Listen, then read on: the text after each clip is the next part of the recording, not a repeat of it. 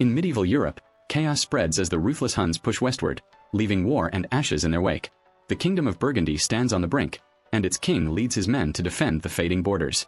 A thick fog blankets the land, forcing the soldiers to move with tense caution.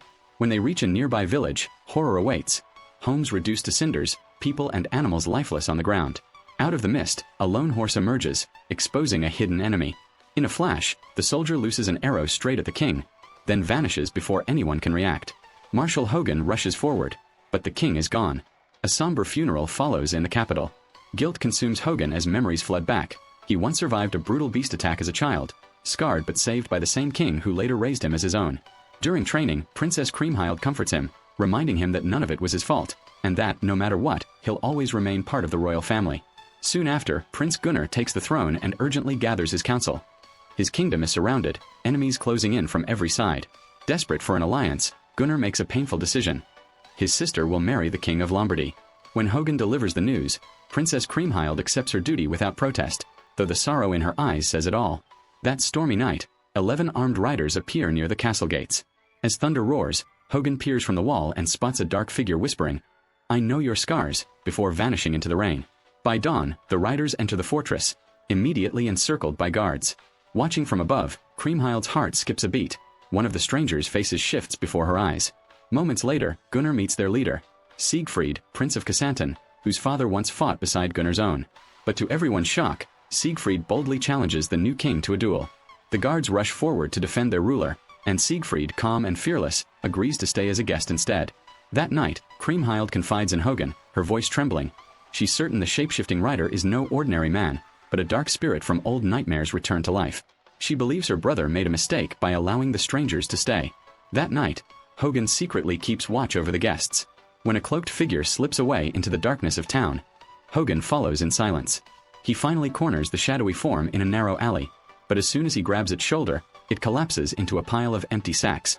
At the same time, Siegfried, drunk from too much wine, stumbles into the street to vomit. Hogan confronts him, warning that he should leave the kingdom before it's too late. Later that night, as Hogan drifts into uneasy sleep, haunting dreams return. He sees the cloaked stranger in the stables, blood pooling beneath him. Hogan stands firm, saying he feels no fear, because the ancient beings already took everything from him, even that. The creature replies that it knows Hogan's scars and how he earned them, awakening a buried memory of the dragon attack that claimed his parents. By morning, panic spreads. Servants report seeing the cloaked figure in the stables, and several horses lie dead. Terrified survivors whisper in fear as Princess Kriemhild tries to calm her frightened horse. But it breaks free, bolting into the forest. Without hesitation, Hogan and Kriemhild mount their steeds and give chase, racing through the misty woods until the runaway horse halts at the river's edge to drink. Kriemhild slowly approaches her frightened horse, whispering softly as she reaches out. But the animal panics, rears up, and strikes her hand before galloping away. Hogan rushes to her side, gently wrapping her wound. As he tends to her, Kriemhild finally confesses that the thought of her arranged marriage fills her with dread. Days later, Siegfried tells King Gunnar that he must depart, claiming the queen of the Valkyries, Brunhild, has summoned him in a dream. Legends say she can enchant any man on earth without ever meeting him. The hall grows tense, until Siegfried suddenly bursts into laughter, saying it was just a joke. He mocks the solemn mood, even complaining about the absence of women at the feast. That night, however, he storms into Kriemhild's chamber, eyes burning with desire. He calls her beautiful, but she cuts him down with icy words, telling him he's a disrespectful, lost soul, and forces him to leave. Meanwhile, Hogan warns Gunnar that the marriage alliance is unwise, insisting their army is strong enough to stand alone. Gunnar, torn but trusting, agrees to cancel the wedding. Yet Siegfried's tale still haunts him. At dawn, Gunnar tells Kriemhild she's free from the marriage, and she embraces him with tears of joy. The queen reminds Hogan that her daughter was willing to sacrifice everything for the kingdom, and pointedly asks if he would be capable of the same. Later, Hogan trains alongside his soldiers when Siegfried and his men join in. What starts as sparring quickly turns savage, resembling a brawl in the streets more than knightly practice. Lost in bloodlust, Siegfried pummels one of his men until the others drag him away, laughing like a madman. Then, with a wicked grin, he demands a new challenger. Hogan steps forward. Siegfried hurls a spear, but Hogan catches it effortlessly, his eyes cold. He warns Siegfried that this is training for war, not play, and tells him to take his games elsewhere. Suddenly, the tense silence shatters. A rider gallops into the courtyard, dragging a lifeless body behind him. The corpse is identified as a villager from the borderlands, brutally stabbed to death. Moments later, grim news follows. The Saxons and the Danes have risen in rebellion. Though the capital still stands, the rest of Burgundy is about to burn. Desperate for allies, Gunnar orders Håkon to join forces with Siegfried's men, despite Håkon's clear unease. Reluctantly, Håkon sets out to find him, but in the shadows, he spots the mysterious cloaked figure once more. Following him through the dark corridors, Håkon discovers strange symbols and ritual remains scattered on the ground. Then, the figure unmasks himself. It's Albert, and he claims to know the truth behind Håkon's scars. Albert reveals a chilling tale. Siegfried once faced a dragon alone and slew it. He then bathed in its blood, gaining invulnerability, but a single leaf fell upon his back, leaving one small patch of mortal flesh. That is Siegfried's only weakness. Albert, hired to forge a blade from the dragon's very bones, lashes out at Håkon, accusing him of letting the monster into the castle, the very thing he desired most, a family. In the chapel, Gunnar's prayers are broken by Siegfried and his men barging in. Siegfried kneels, places his sword in Gunnar's hand, and swears loyalty, promising to kill in his name. When Håkon arrives, he's stunned to see Gunnar declaring Siegfried their new ally. Later that night, before riding off to war, Håkon visits Kriemhild one last time, to say goodbye. She asks Håkon why he saved her from the arranged marriage when the kingdom desperately needs allies, but he gives no answer. Kriemhild softly hints at the bond between them, yet Håkon insists he acted only to protect the realm. She looks at him with quiet defiance, saying the kingdom will never truly be safe. The next morning, the army marches toward war. As night falls, Håkon gathers his men to discuss strategy. He explains that while the Saxons and Danes are fierce, they lack order, and that chaos will be their downfall. Bored by the talk, Siegfried drifts away into the forest, where Gunnar joins him and asks about the Valkyrie's call. Siegfried smirks and says the queen awakens the warrior inside him. When darkness deepens, Siegfried mounts his horse and rides off alone into enemy territory. By dawn, he returns, bloodied, triumphant, holding the severed head of the Saxon king.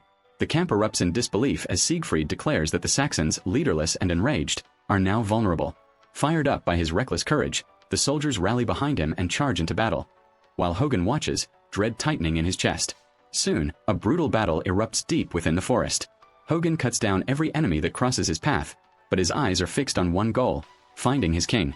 Siegfried fights like a force of nature, tearing through foes without armor or hesitation, leaving soldiers awestruck by his ferocity. When Håkon spots a young warrior about to be slain after losing his helmet, he charges forward, slays the attacker, and tosses his own helmet to the boy without a second thought.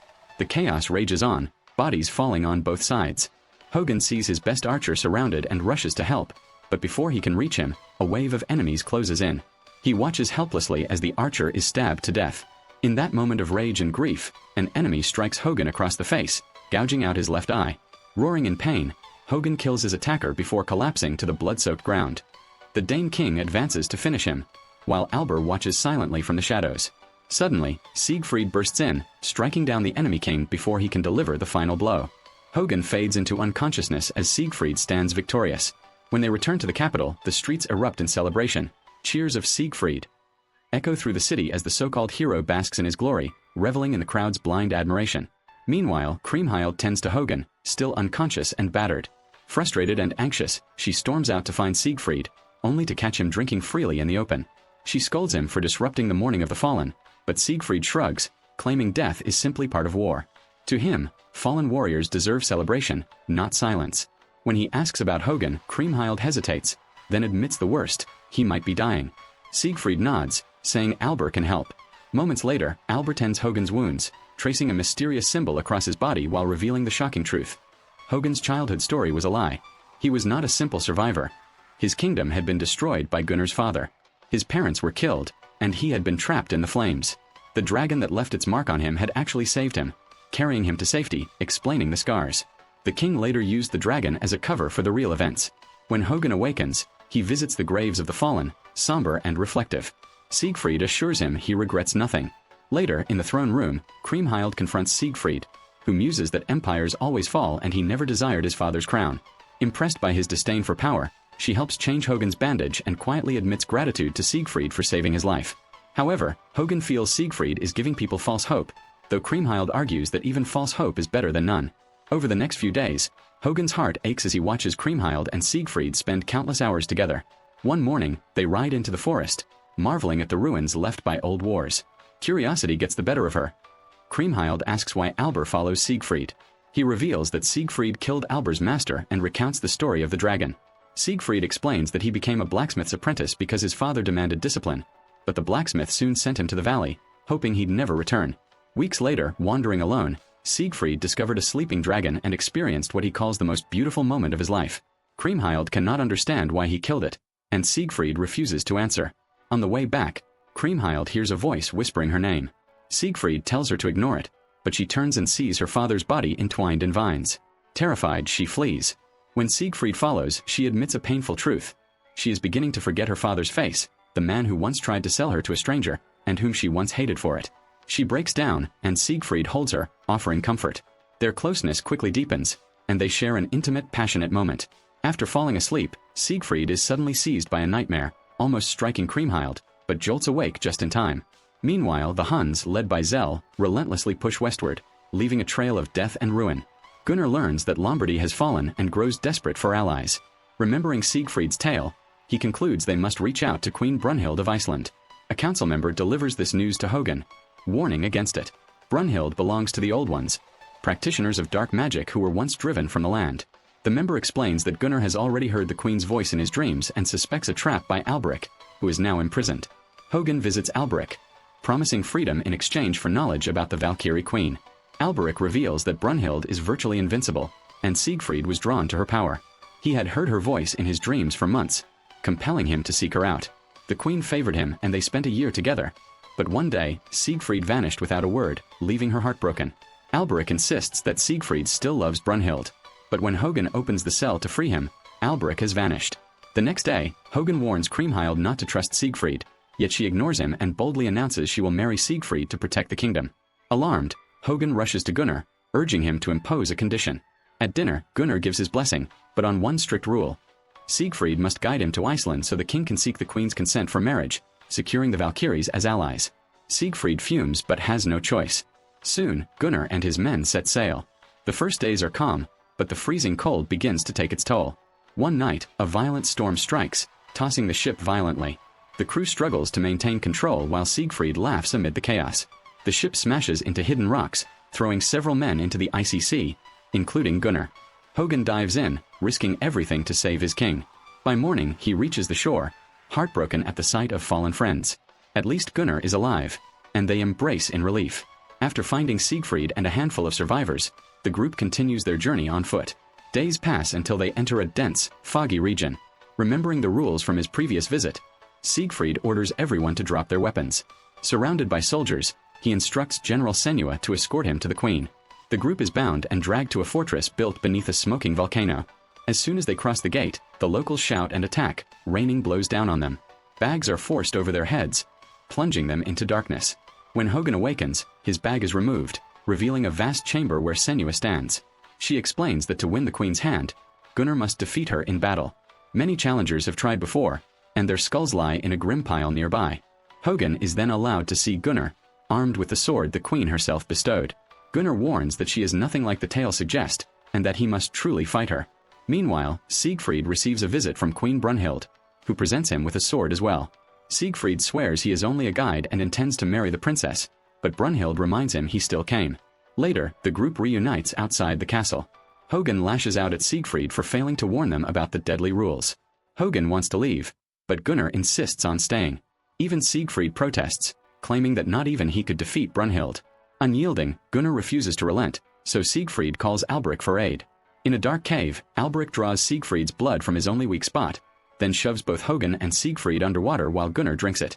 Gunnar writhes in agony, until the duo drowns and he gasps in relief. It turns out Gunnar has temporarily gained the combined strength of Håkon and Siegfried. The guards prepare him for battle while Senua warns that if his blood touches the snow, the queen will claim his head, but if hers spills, she will leave with him. Finally, Gunnar faces Brunhild in combat. A masterful warrior, she swiftly knocks his helmet off, but he surprises her, blocking and dodging each strike, holding his own.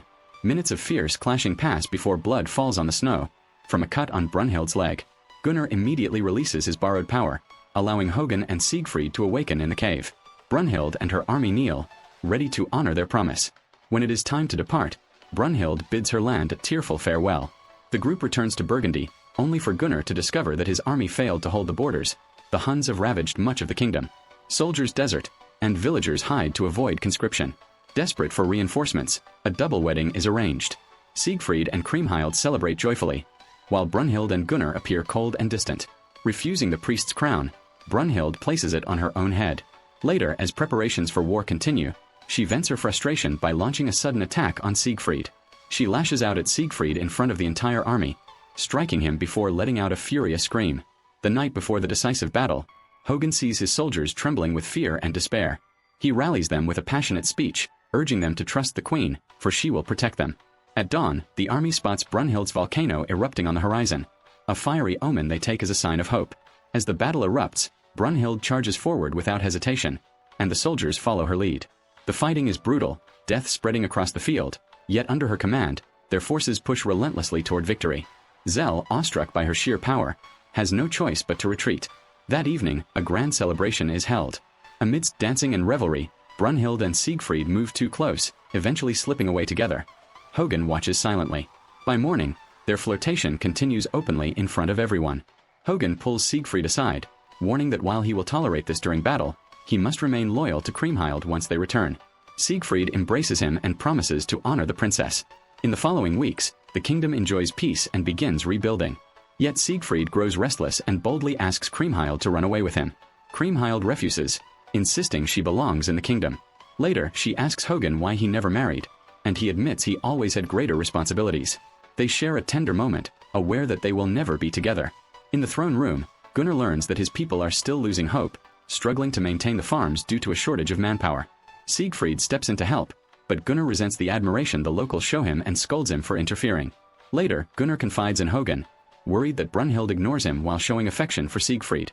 He demands the truth about their relationship, and Hogun reassures him that they only sparred once. During a dinner one night, Siegfried rudely provokes a councilman, forcing him to leave in humiliation. Enraged, Gunnar shouts at Siegfried, declaring he has not yet earned the status of true family. When Siegfried attempts to escalate into a fight, Hogun intervenes. Later, Gunnar notices Brunhild riding out of the castle and follows her. By morning, he confides to Hogun that Brunhild and Siegfried have been meeting secretly. Though the people continue to idolize Siegfried, he moves in and out of their lives, indifferent to anyone's feelings. Gunnar refuses to let Siegfried tear the family apart, and Hogun resolves to do what the kingdom demands. Meanwhile, Siegfried apologizes to Kriemhild but continues drinking heavily in taverns and picking fights.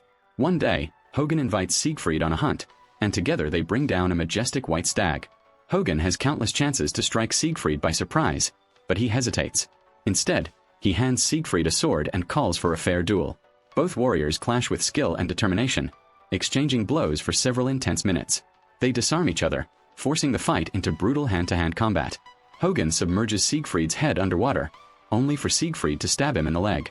The struggle escalates until Siegfried pins Hogun, pressing his sword to his neck.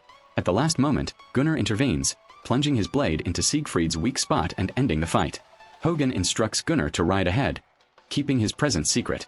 He notices Alberic watching but, approaching the shadow, sees only a tree. Hogun returns to the city with Siegfried's body, claiming victory in a fierce duel. Kriemhild breaks down, revealing she is pregnant, and privately, Brunhild succumbs to her own despair. At the funeral, Hogun defends his actions, insisting he did what was necessary to protect the kingdom, yet he accepts any punishment the princess sees fit. Instead of executing him, Kriemhild curses him to live long enough to serve Siegfried's son, a fate far more agonizing than death itself. Make sure to subscribe and turn on notifications to catch more videos like this. Thanks for watching.